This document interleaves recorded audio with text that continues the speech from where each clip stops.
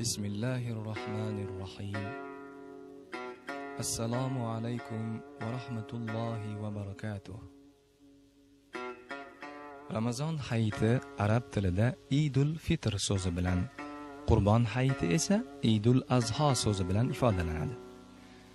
Eid so'zi qaytish ma'nosini bildiradi. Bayramlar qayta-qayta kelgani uchun Eid deb nomlangan. Eng muhimi, ikki Eid kunlari Alloh taoloning ko'plab xayr va barakasi mo'min musulmonlarga qayta-qayta keladi. Hanafiy mazhabida hayit namozlari vojib amallardan sanaladi. Ramazon hayiti ro'za oyining tamom bo'lgani munosabati ila xursandchilik va shukrni izhor qilish uchun shariatga kiritilgan bayramdir. Qurbon hayiti esa haj ibodatlarining tamom bo'lgani munosabati ila va Allohning yo'lida qurbonlik qilishga tayyorlikni izhor qilish uchun shariatdagi bayramdir. Azizlar, endi Hanafiy mazhabi bo'yicha hayit namozi qanday o'qilishi to'g'risida tushuncha berishni lozim topdik.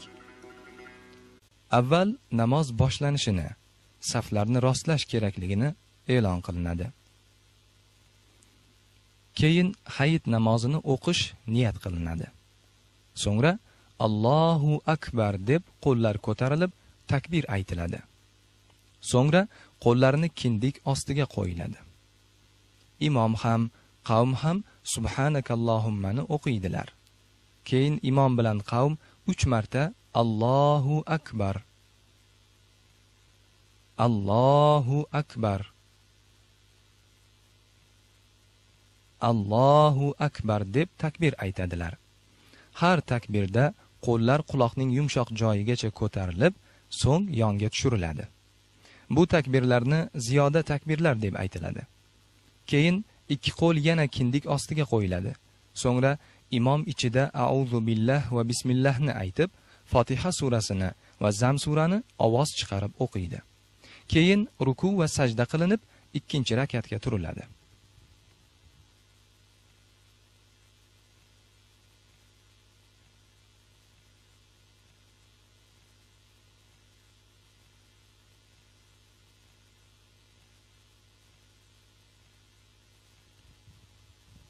Ikkinchi rakatda ham imom ovoz chiqarib Fotiha surasi bilan Zam sura o'qiydi.